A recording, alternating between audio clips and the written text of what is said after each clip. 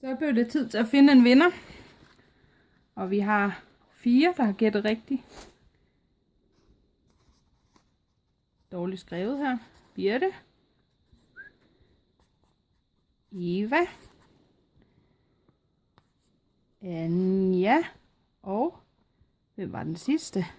Det var selvfølgelig søde Charlotte, der fik lov at give mig navnet Møffe til min nygris. Bøllemis, han er klar til at arbejde. Bøllemis.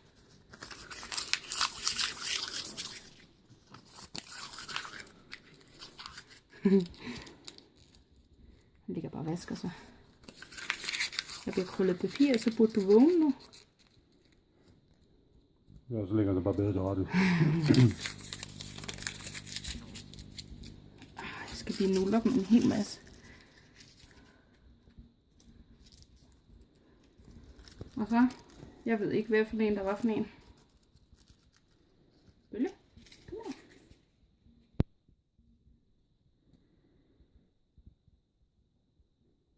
Hvem skal det være, Bølle?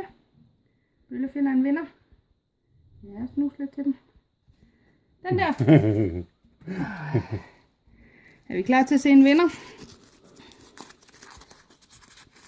Ja. Charlotte, tillykke. Du får de første billeder af de små.